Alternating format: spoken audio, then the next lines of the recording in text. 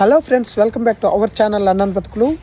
So మనలో చాలామంది UK రావడానికి చాలా భయపడుతున్నారు. లైక్ అంటే పిఎస్డబ్ల్యూ అనేది తగ్గించేస్తున్నారు కదన్నా అని చెప్పేసి చాలామంది అపోహలు పడుతున్నారు. సో మీ అందరికీ తెలుసు, యూకే గవర్నమెంట్ అనేది లాస్ట్ టైం పిఎస్డబ్ల్యూ 24 months ఉంది. అంటే 2 years అయితే పిఎస్డబ్ల్యూ అయితే ఉంది. మనకి మాస్టర్స్ 2 years, మాస్టర్స్ అయిపోయినాక పిఎస్డబ్ల్యూ 2 years, అంటే టోటల్గా 4 years అయితే మనం ఇక యూకే వస్తే ఉండడానికైతే అనుమతి ఉందన్నమాట లీగల్గా. సో చాలామంది అన్న పిఎస్డబ్ల్యూ తగ్గించేస్తున్నారు కదా అని చెప్పేసి అంటున్నారు.